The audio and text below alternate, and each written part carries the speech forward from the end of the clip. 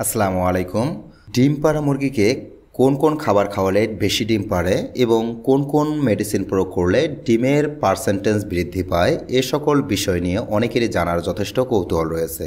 মূলত আমি ডিম পাড়া মুরগির জন্য কোন কোন খাবারগুলো প্রোভাইড করি এবং কোন কোন ঔষধগুলো প্রয়োগ করে থাকি সেটি আজকের ভিডিওতে আপনাদের দেখাবো। প্রথমত, আমার এই মুরগিগুলো যখন ডিম পাড়া শুরু করলো তখন আমি এই মুরগিগুলোকে লেয়ার 1 যে খাবারটা রয়েছে সেই খাবারটা দেওয়া শুরু করে দিলাম এবং ডিমের পার্সেন্টেজ বাড়তে শুরু করলো। পাশাপাশি এই মুরগিগুলোকে ক্যালসিয়াম দিতে শুরু করলাম।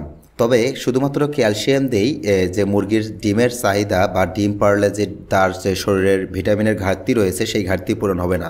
এই কারণে ক্যালসিয়ামের পাশাপাশি ভিটামিন ADE3 নামের যে মেডিসিনটা রয়েছে সেই মেডিসিনটা দেওয়া শুরু করলাম এবং পাশাপাশি চিন্তা করলাম যে ডিমের যে সেলগুলো রয়েছে সেলগুলো যাতে খুব ভালোভাবে গঠন হয় সেজন্য ইসেল নামক যে মেডিসিনটা রয়েছে এই মেডিসিনটা দেওয়া শুরু করলাম। তার মানে নর্মালি আমি কৃমির ডোজগুলো যথাসময়ে করার চেষ্টা করি, যদিও সময় খুব একটা হয়ে ওঠে না, তারপরেও যথাসময়ে করার চেষ্টা করি। পাশাপাশি ভিটামিন ADE3 প্রতি 1 লিটার পানিতে 1 গ্রাম হারে প্রয়োগ করে থাকি। ইসেল প্রতি 4 লিটার পানিতে 1 গ্রাম ইসেল প্রয়োগ করি এবং ক্যালপ্লেক্স যে ওষুধটা রয়েছে অর্থাৎ ক্যালসিয়ামের জন্য সেই ক্যালসিয়ামের ওষুধটাকে প্রতি 1 লিটার পানিতে 2.5 মিলি করে প্রয়োগ করে থাকি। কারণ একটা মুরগি যখন ডিমে আসে তখন তার প্রচুর পরিমাণে ক্যালসিয়ামের ঘাটতি সৃষ্টি হয়ে যায়, কারণ প্রতিটা ডিমে আপনারা জানেন অনেক বেশি পরিমাণে ক্যালসিয়াম থাকে, তার মানে তার শরীর থেকে ক্যালসিয়ামগুলো বেরিয়ে আসে। আর মুরগির শরীরে যাতে ক্যালসিয়ামের ঘাটতি সৃষ্টি না হয় এজন্য ক্যালসিয়াম দিতে হয়। এখন কথা হচ্ছে কতদিন পর পর এই ক্যালসিয়ামগুলো বা এই ভিটামিনগুলো আমি প্রোভাইড করি।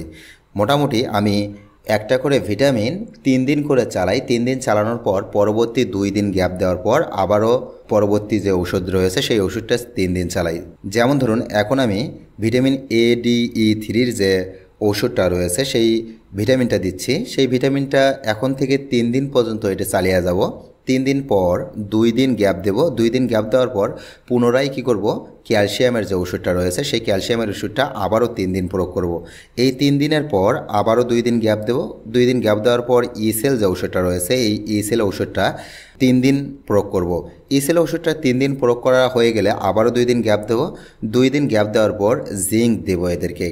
দেখুন, দেশি মুরগি পালন করতে গেলে আপনাকে অবশ্যই জিঙ্ক দিতে হবে, কারণ আপনারা জানেন যে দেশি মুরগি প্রচুর পরিমাণে ঠোকরাঠুকরি করে তাদের পালকগুলো একদম উস্কো খুস্কো করে ফেলে। পাশাপাশি দেশি মুরগি ঠোকরাঠুকরি করে একে অপরের লোমগুলো খেয়েও ফেলে। সুতরাং দেশি মুরগির যাতে লোমগুলো সুন্দর থাকে এবং লোমগুলো দ্রুত গজায় এ কারণে অবশ্যই আপনাকে জিঙ্ক খাওয়াতে হবে। নিয়মিত যদি জিঙ্ক খাওয়ান তাহলে দেশি মুরগির চেহারা উজ্জ্বল এবং সুন্দর দেখাবে। আমার নিজের তৈরি ইনকিউবেটারে যে ডিম ফুটাতে দিয়েছিলাম সেটি সম্পর্কে অনেকেই জানতে চেয়েছিলেন যে আসলে ডিমের বাচ্চা বের হয়েছে কি না হয়েছে।